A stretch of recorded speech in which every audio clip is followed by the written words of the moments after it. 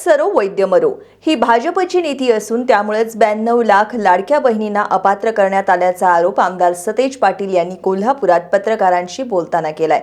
गरज नसलेला शक्तीपीठ महामार्ग रद्द करण्याची भूमिका मांडताना या मागणीसाठी महामार्ग बाधित जिल्ह्यातील शेतकरी उद्या पंढरपुरात एकत्र येणार असून मुख्यमंत्री देवेंद्र फडणवीस यांना महामार्ग रद्द करण्याची सद्बुद्धी द्यावी म्हणून विठ्ठलाला साकडं घालणार असल्याचं आमदार पाटील यांनी सांगितलं।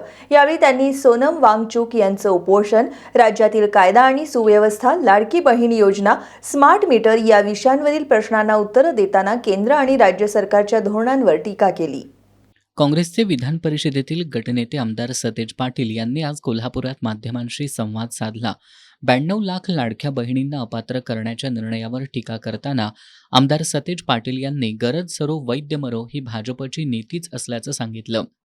मतदान मिळालेलं आहे त्यांचं, त्यामुळे आता गरज नाही, त्यामुळे आता गरज सरो वैद्य मरो तसं आता त्यांची गरज नाही, त्यामुळे 92 लाख महिलांना आता बाजूला केलं आहे। तुमची KYC त्याच वेळी का केली नाही, तुमची नियमावली त्याच वेळी का केली नाही, कॅगनं देखील या संदर्भात आक्षेप नोंदवलेले आहेत। मला वाटते सरकारचा हा दुटप्पेपणा।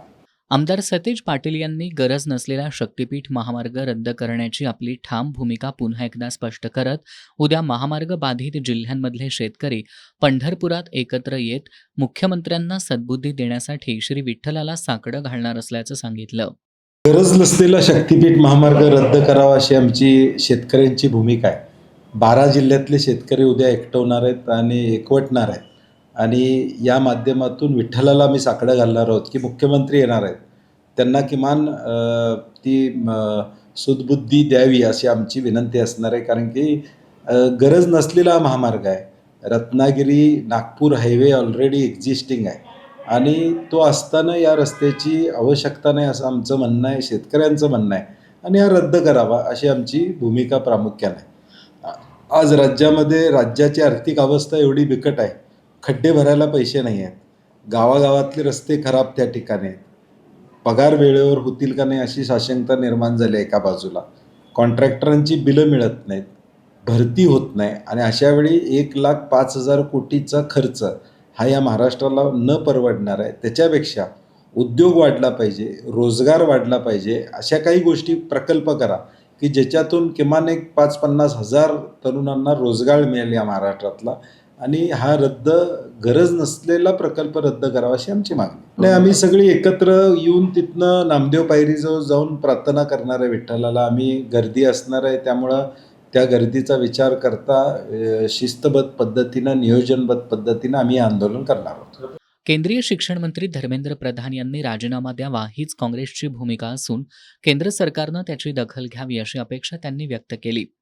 आमचे नेते राहुल गांधींनी नीटच्या परीक्षा संदर्भातलं या देशातलं आंदोलन केलं, छात्रों की गूंज या माध्यमातून या देशामध्ये विद्यार्थिनींचा आवाज पोचवायचं काम केलं। काँग्रेसची भूमिकाच आहे की धर्मेंद्र प्रधानांनी राजीनामा द्यावा ही काँग्रेसची भूमिका राहिलेली आहे।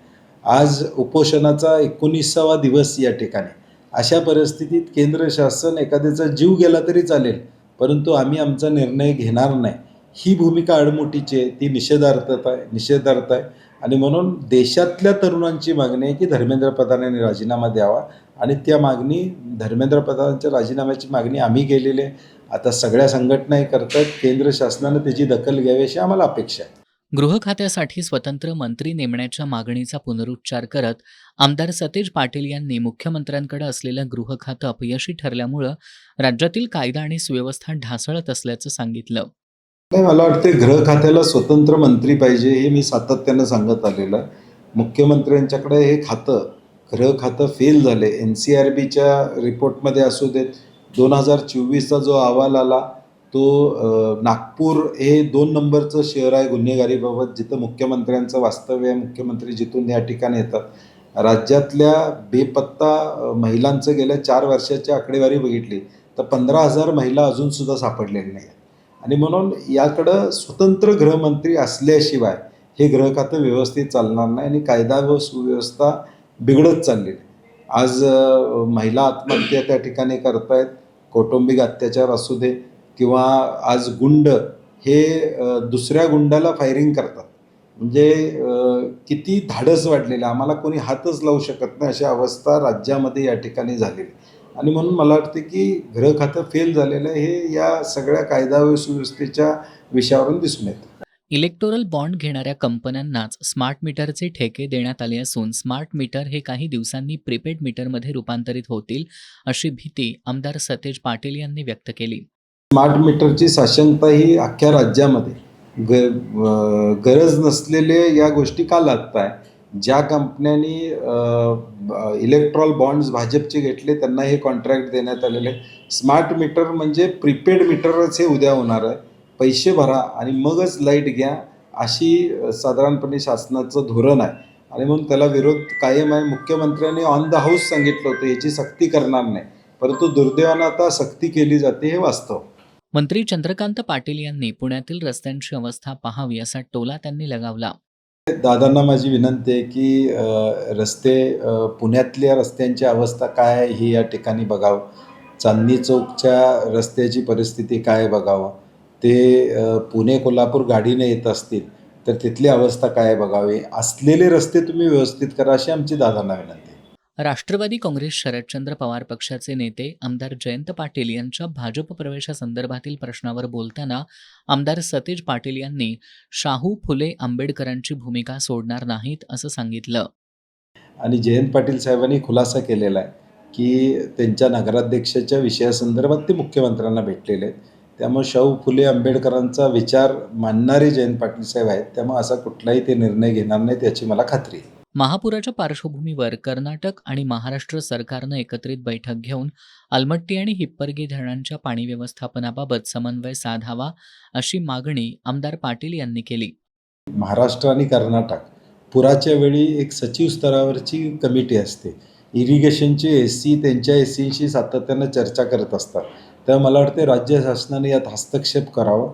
तातडीनं कर्नाटकशी बोलावं आणि उद्या पाऊस सुरू झाला आहे. आता परत पाऊस वाढल्यानंतर पुराच्या धोक्याचा विचार करता कर्नाटकशी समन्वय साधावा अशी शासनाला आमची विनंती असणार. राज्य सरकारनं पाणीपट्टी वाढवल्याच्या पार्श्वभूमीवर कोल्हापूर महानगरपालिकेच्या महासभेत पाणीपट्टी वाढीचा प्रस्ताव आला असून यावर महासभेपूर्वी होणाऱ्या काँग्रेस पक्षाच्या नगरसेवकांच्या बैठकीत चर्चा करून भूमिका जाहीर केली जाईल असं आमदार सतेज पाटील यांनी स्पष्ट केलं. राज्यानं पाणीपट्टी वाढ केलेली आणि मी सातत्यानं सांगत होतो परवा देखील की महापालिका असू देत, ग्रामपंचायती असू देत, या राज्यातल्या सगळ्यांची पाणीपट्टी वाढ या ठिकाणी राज्यानं केलेली आहे. आणि म्हणून आता महापालिका देखील त्या ठिकाणी करण्याचा प्रयत्न करते. मला वाटते जनरल बॉडीमध्ये त्याची चर्चा होईल आणि त्यामध्ये आमची पार्टी मिटिंग काँग्रेसची या ठिकाणी 19 तारखेला होणार आहे. त्यामध्ये काँग्रेसची भूमिका आम्ही स्पष्ट करू. राज्य आणि केंद्र सरकारच्या विविध निर्णयांवर आमदार सतेज पाटील यांनी जोरदार टीका करत शक्तीपीठ महामार्गापासून ते स्मार्ट मीटर, कायदा सुव्यवस्था आणि महापुराच्या प्रश्नांपर्यंत अनेक मुद्द्यांवर काँग्रेसची भूमिका स्पष्ट केली.